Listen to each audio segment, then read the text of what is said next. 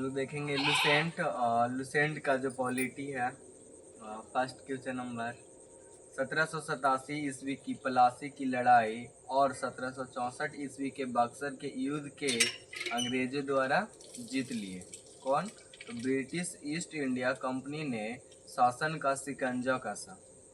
और नेक्स्ट 1773 ईस्वी का रेगुलेटिंग एक्ट, पहली बार कंपनी के प्रशासनिक और राजनीतिक कार्यों को मान्यता मिली। इसमें अगर पूछा जाए कि प्लासी के युद्ध में सिराजुद्दौला के साथ विश्वासघात किसने किया था, तो मीर जाफर ने और राय दुर्लभ ने। और 1773 का रेगुलेटिंग एक्ट था, उसकी विशेषताएं क्या थी? मेन पॉइंट, उसकी विशेषताएं थी कि बंगाल के गवर्नर को बंगाल का गवर्नर जनरल पद नाम दिया गया। प्रथम governor general Lord Warren Hastings थे, जिसने गवर्नर जनरल और उसकी परिषद के 4 सदस्य थे। कलकत्ता में 1774 ईस्वी में एक उच्चतम न्यायालय की स्थापना की गई, जिसमें मुख्य न्यायाधीश और 3 अन्य न्यायाधीश थे। क्वेश्चन है कि किस अधिनियम के द्वारा बंगाल के गवर्नर को बंगाल का गवर्नर जनरल पद नाम दिया गया? तो 1773 ईस्वी का रेगुलेटिंग एक्ट के तहत।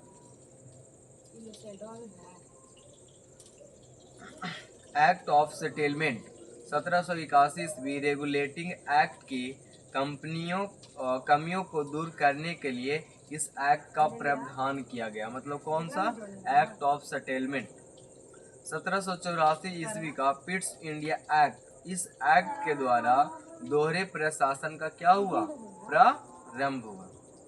1793 ईस्वी का चार्टर एक्ट अधिनियम, इसके द्वारा नियंत्रण बोर्ड के सदस्यों तथा कर्मचारियों के वेतनादि को भारतीय राजस्व में देने की व्यवस्था की गई। नेक्स्ट क्वेश्चन है कि किस अधिनियम द्वारा ब्रिटिश सरकार ने ईस्ट इंडिया कंपनी के व्यापारिक और राजनीतिक कार्यों को अलग अलग कर दिया? तो पिट्स इंडिया एक्ट 1784। नेक्स्ट है कि 1813 ईस्वी का चार्टर अधिनियम, मेन पॉइंट है 1813 से पहले ईसाई पादरियों को भारत में आने की आज्ञा नहीं थी, परंतु 1813 ईस्वी के अधिनियम द्वारा ईसाई पादरियों को आज्ञा प्राप्त करके भारत आने की सुविधा क्या हो गई?